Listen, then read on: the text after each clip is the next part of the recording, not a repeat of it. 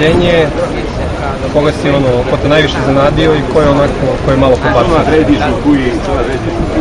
Svakako da nikog ne bi mogao da okarakterišem kao najprijatnije iznenađenje. Znači, ima ljudi koji su plivali kvalitetno, otprilike u granicama nečega što smo očekivali, ali to nažalost negde nije bilo dovoljno za plasman do popodneva plivanja. Pre svega mislim na Lenđer Ivana na 100 delfina i Sileđe Čabu na 50 prsno, pa i Sileđe Čabu na 100 prsno. Mislim da je mogo da ima veći domać, što je sad u štafeti plivanjem obojici su pokazali da su imali taj potencijal.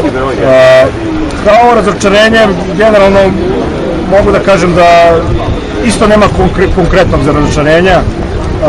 Možda smo više očekivali plasmanski od Nađe, ali generalno devojka je dala sve od sebe i jednostavno ovo je neko trenutno stanje stvari.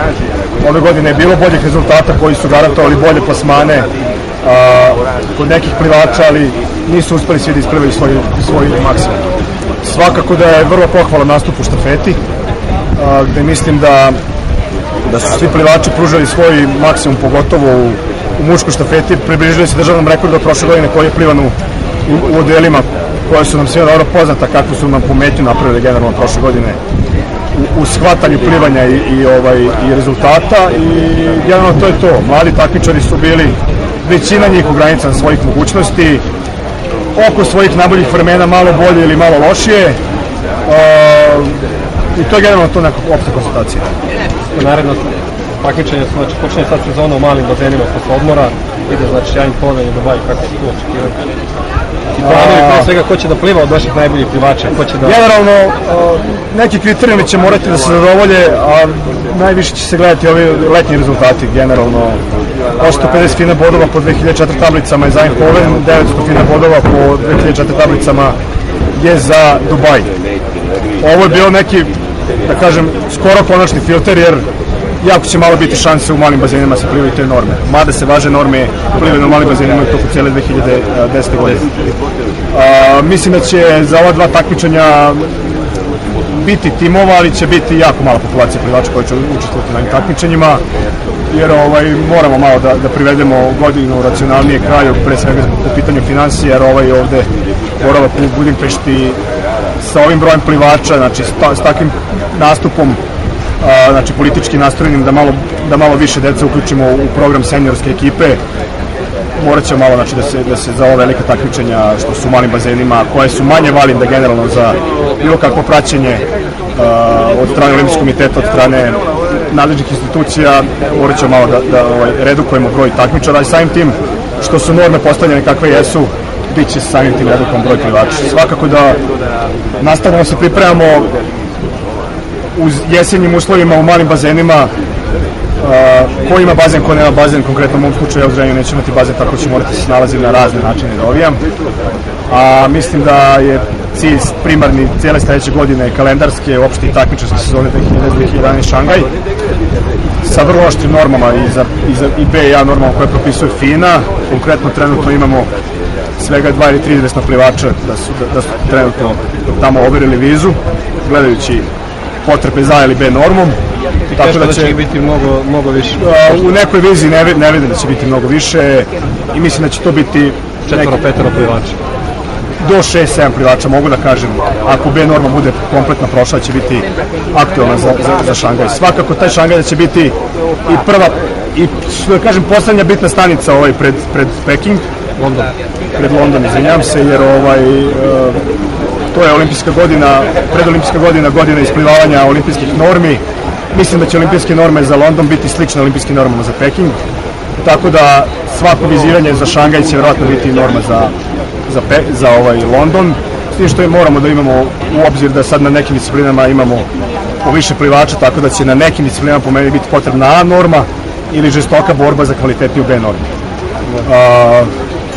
To je generalno to, mislim. Jedino što želim je da u perspektivi bude manje tapšanja po ramenu, bude manje praznih obećanja.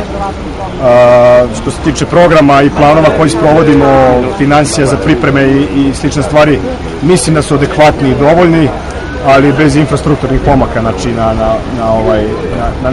na unapređenju rada u našim sredinama 50 metarskih bazena, grejanih otvorenih bazena, bazena sa stazama, bazena s malo normalnim terminima. Mislim da je nerealno očekivati da bome. Mislim, svakako da je primetno da mnogo bolje rezultate ostvaraju u malim bazenima nego pa od 12 meseci godišnje mi treniramo 9,5 u malom bazenu, dok ostali rade pola ili čak više od toga koriste velikog bazena. Neke nacije ne rade uopšte po 25 metara u malim bazenima. Tako da mislim da jedino neko opšte stanje bolje, kažem, po pitanju objekata i tih stvari može da donese ovaj napredak, jer jedino u takvim stvarima je moguće potencijalno postavljati neki sistem praćenja, omasovljenja i svega slično. Znači u ovakvim uslovima trenutno kakvim radimo, da je samo preživljavanje u pitanju i puka egzistencija klubska od strane članarine i pokrivanje nekog boljeg programa i programa vrhunskih igrača, mislim da ćemo teško biti u stanju da se nosimo sa sistemima koji postoji u mnogim zemljama. Populacija nam je takva kakva je, mislim da plivačka populacija može se digne i samim tim opšti napredak u plivanju. Znači trebamo težimo malim sistemima tipa Slovenija, Hrvatska, znači koji su nam bliski i po količini ljudi i po jednostavno uslovima njihovi su značajno bolji, ali mi trebamo tome da težimo. Sistemi tipa Rusije, Holandije, Nemačke, Francuske mislim da su nedostižni, da jednostavno ne možemo da pariramo nikad u tom kvalitetu ni približno. Govorim za generalni nastup, znači možemo da imamo pojedinačne uspehe i još treba napomenuti da jedino bazna količina ljudi veća i edukacija je neka edukacija za dugoročni plan razvoja plivanja po klubovima može da donese uspeh, kažem, ali za to je prvi preduslov infrastruktura i više od toga nećemo pričati. Svakako mislim da će mnogi od naših plivača tražiti možda neku mogućnost bavljenja plivanjem u drugoj zemlji, jer otvorenih ponuda ima za plivanje u boljim uslovima, tako da mislim da moramo dobro da razmislimo i da razmišljamo o ovom sportu kojim se bavimo i koji svakako mora da bude u interesu najšire zajednice.